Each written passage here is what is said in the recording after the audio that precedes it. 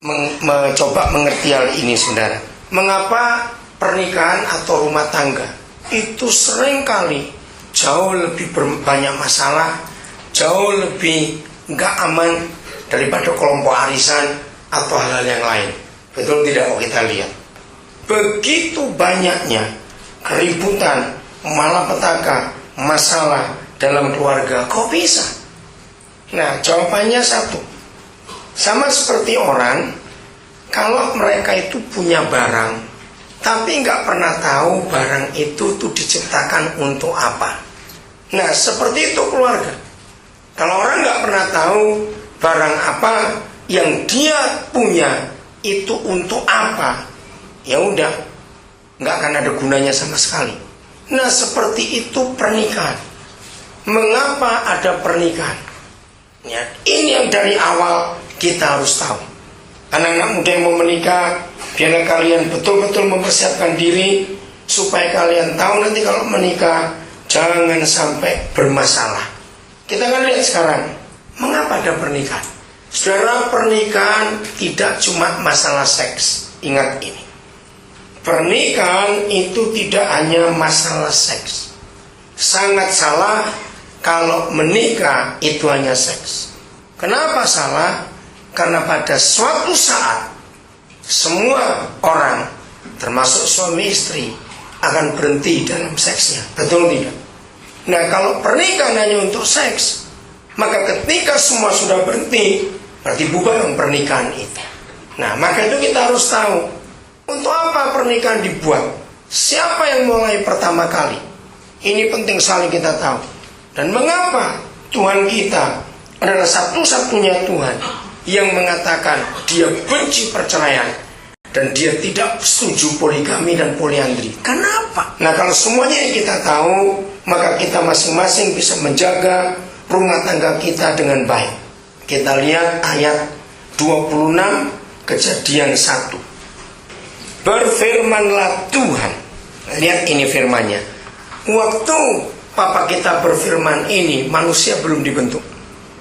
Berfirmanlah Tuhan, baiklah siapa? Nah, ini masalah.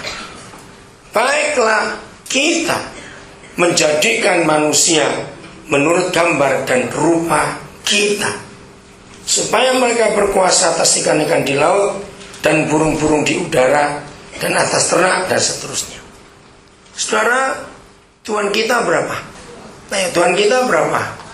Jelas satu, kita mau usah ragu-ragu.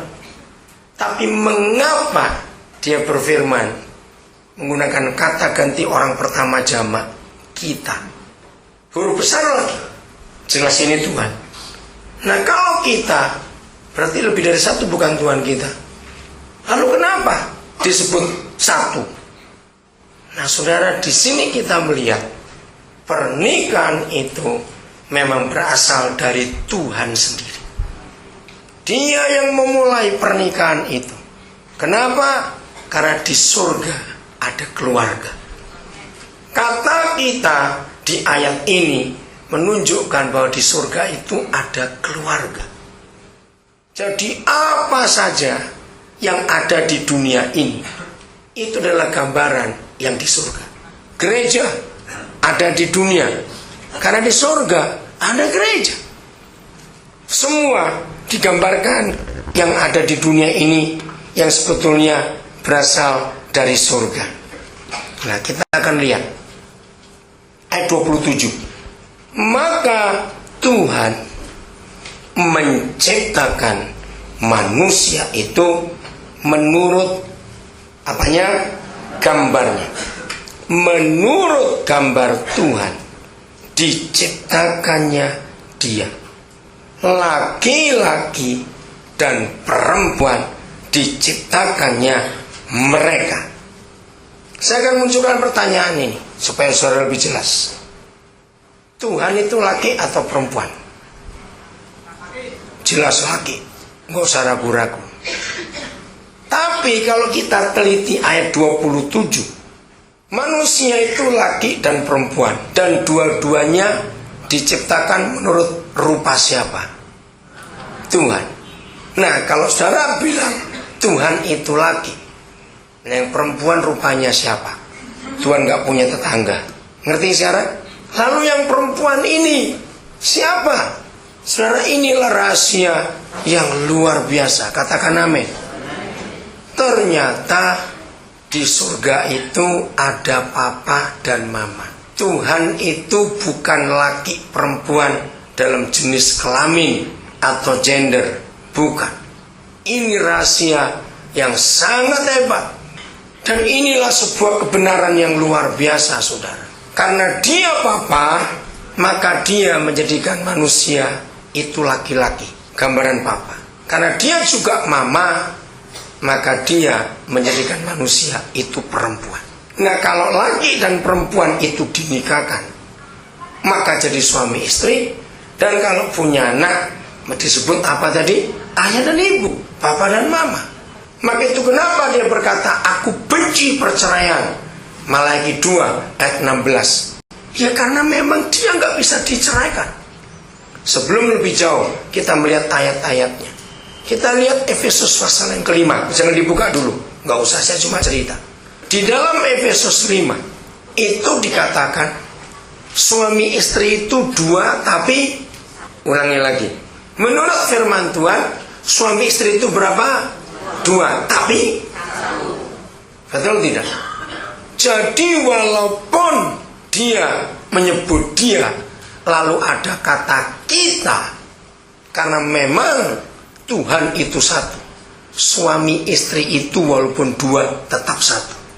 Tidak ada agama, tidak ada kitab suci, dan tidak ada Tuhan yang sehebat Tuhan kita yang mengatakan hukum pernikahan sehebat ini. Maka itu nggak ada perceraian, nggak ada 2 istri 2 suami atau lebih, tidak ada. Karena semua adalah gambaran dia sendiri. Jadi kalau gitu nggak usah bingung.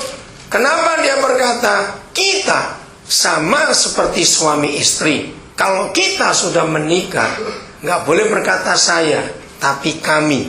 Betul tidak? Kami.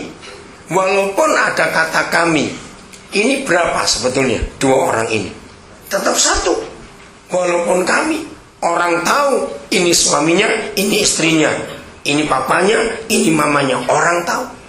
Nah, seperti itu Tuhan kita di surga.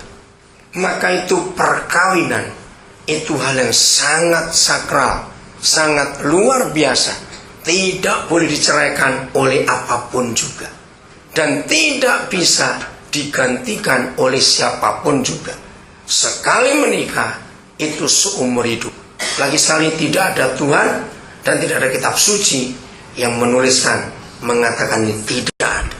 Itu sungguh luar biasa. Kita lihat sekarang bukti kalau dia itu mama juga. Ulangan pasal 32. Menjelang Musa dipanggil Tuhan, bukan mati, karena memang dia tidak mati, jenazahnya tidak ada. Dia juga nggak dikatakan diangkat, tapi dia pergi bersama-sama dengan Tuhan. Ternyata Musa menyanyikan sebuah nyanyian yang sangat luar biasa. Ulangan 32 ayat yang ke-18. Gunung batu. Nah, Musa itu kalau menyebut Tuhan dengan banyak nama, itu Musa. Tuh. Jadi siapa gunung batu itu bagi Musa? Tuhan sendiri. Gunung batu yang apa? Ayo baca, yang apa? Memperanakan engkau. Saya tanya kepada saudara, kalau memperanakan itu papa atau mama? Nah, itulah Tuhan kita. Dia juga mama. Karena dia melahirkan kita. Telah kau lalaikan dan telah kau lupakan Tuhan yang apa? Melahirkan engkau. Nah, kalau Tuhan melahirkan, dia ayah atau ibu? Dia ibu. Saudara nanti pulang baca dalam kitab Yesaya, ya pasal 44, pasal 49, dan ada beberapa pasal yang lain. Ketika Yahweh berfirman, kalau ada seorang ibu bisa melupakan anak yang dilahirkannya, aku tidak akan melupakan kamu. Artinya Tuhan itu siapa dalam perkataan itu? Ayo, Tuhan itu siapa? Ibu, dia mama. Saudara, kita semua sering menyebut-nyebut